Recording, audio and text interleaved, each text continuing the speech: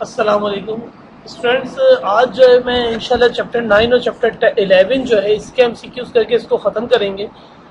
मसला कुछ ऐसा है कि बेटा चैप्टर 9 में सिर्फ 3 टॉपिक्स हैं कंडेंस सिलेबस को लेके। एक टॉपिक आपका है अल्कोहल, एल्डिहाइड और कीटोन। सिर्फ इन 3 टॉपिक्स को लेके एमसीक्यूज आपके पास आ सकते हैं।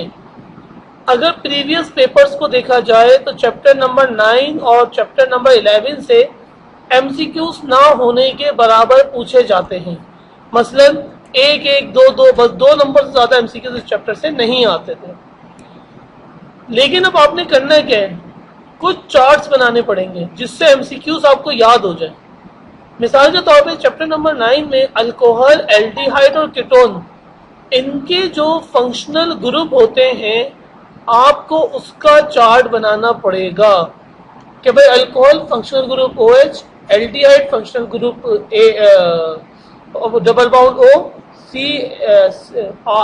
कार्बोनाइल ग्रुप की एक तरफ चेन होगी और कीटोन कार्बोनाइल ग्रुप के दोनों तरफ अल्काइल ग्रुप की चेन होगी। इस तरीके से इसके फंक्शनल ग्रुप आपने बनाने पड़ेंगे, वरना आपके लिए बहुत मुश्किल हो जाएगा इन सवालों को करना। उसके बाद कितने सिग्मा बाउंड होते हैं, कितने पाई बाउंड होते हैं, अल्कोहल में कितने सिग्मा बाउंड है, कीटोन में कितने सिग्मा बाउंड है, एल्डिहाइड में कितने सिग्मा बाउंड है, इसका भी एक तरफ लिख लिया जाए। एक ही पर्चे पे ये चार्ट बनता चला जाएगा। जो जो ये एमसीक्यूज आपके सामने लिखे हुए हैं, बिल्कुल इसी एमसीक्यूज की तरतीब पे आपने अपने चार्ट को ड्रॉ करना होगा। अगर दूसरी बात देखें, एक बात और मैं आपको तरह मुतवज्जह करवा देता हूं, वो ये कि जब आप ये चार्ट बनाएंगे एल्डिहाइड, कीटोन और फिनॉल का, तो इसके बाद आपको आगे जाके कुछ रिएक्शंस भी नजर आएंगे, जैसे कैनिजारो रिएक्शन, फेनिक सोल्यूशन और एल्डोल कंडेंसेशन और सिल्वरिंग ऑफ मिरर, जिसमें मौजूद है टॉलिंस रिएजेंट।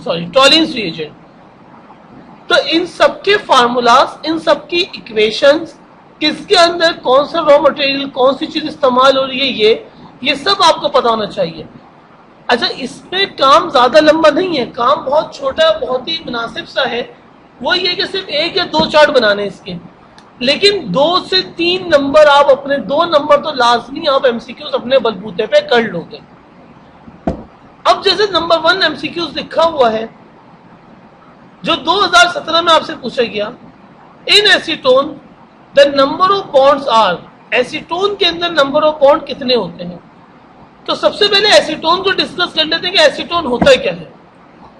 तो एसीटोन का फार्मूला आप लोग सबसे पहले किताब में भी देख लीजिएगा। मैं यहाँ पे CH3 मैंने क्या लिख दिया, CH3, और इधर भी मैंने क्या लिख दिया, CH3। ये जो मैंने रेड किया हुआ है, ये होता है एसीटोन का फार्मूला। सही है बेटा, मैं इसको रेड कर देता हूं ताकि आप लोगों को बात वाज़ेह करके समझ में आ जाए।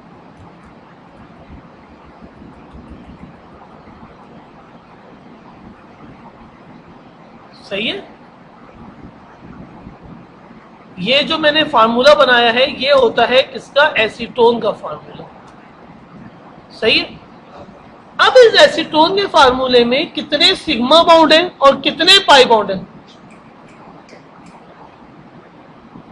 कितने सिग्मा बाउंड है और कितने पाई बाउंड है, तो इसका अंदाजा आपको इससे होगा कि जो कार्बन है इस सब में, इस कार्बन ने, ये वाला जो कार्बन है जिसको मैंने अभी आपके सामने इसका कलर बदल दिया, ग्रीन कर दिया, हाँ ग्रीन नहीं हुआ, ये ले अब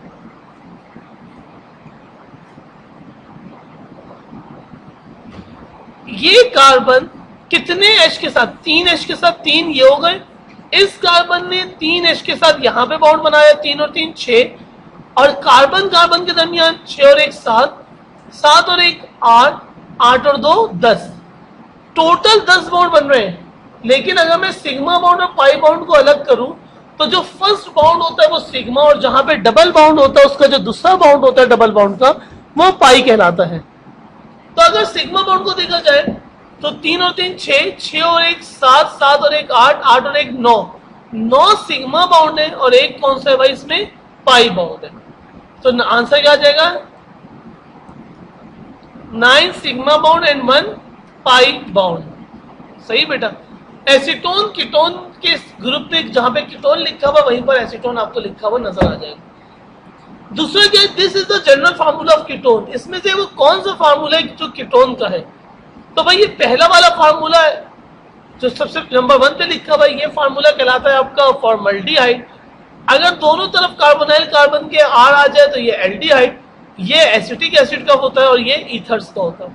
फिलहाल हमारे काम सिर्फ इन दोनों से एल्डिहाइड और कीटोन से। Another name of wood spirit, would spirit का दूसरा नाम क्या होता है? Methyl alcohol. मिथाइल अल्कोहल को वुड स्पिरिट भी कहते हैं। The percentage by weight of ethanol in rectified spirit. अगर मैं रेक्टिफाइड स्पिरिट को लूँ चैप्टर नंबर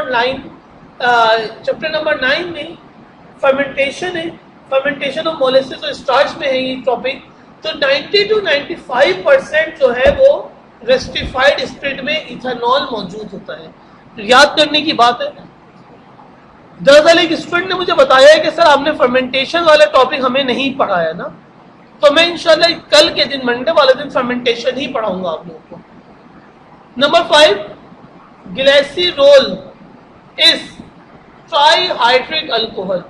जहां पे अल्कोहल का टॉपिक शुरू हो रहा है वहां पे कई अल्कोहल के नाम लिखे हुए हैं, आप उन सारे नाम को देख लें।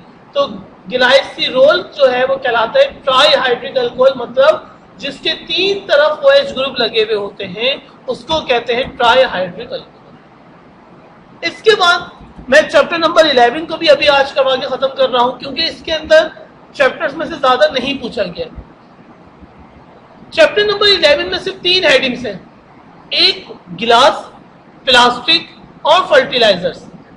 जिसने इस टॉपिक को याद करना है आपने लाजमी, क्योंकि इनमें से कोई एक तो इंशाल्लाह आपका शॉर्ट नोट में आ ही जाएगा, तो इसको आपने किसी एक को याद करना पड़ेगा।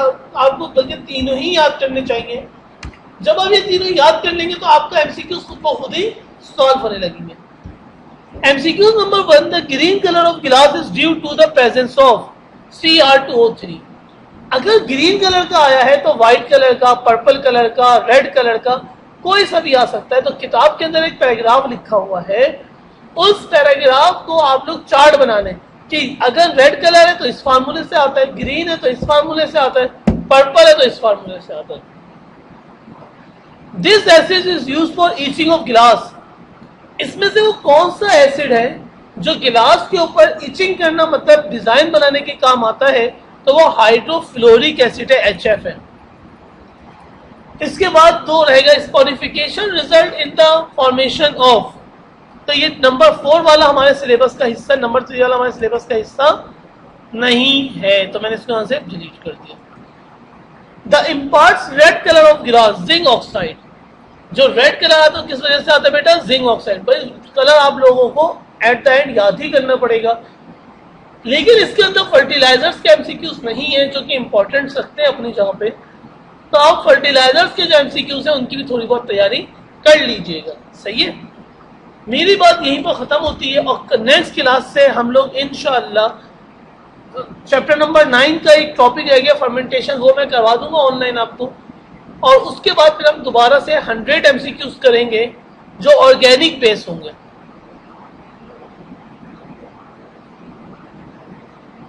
अस्सलाम वालेकुम।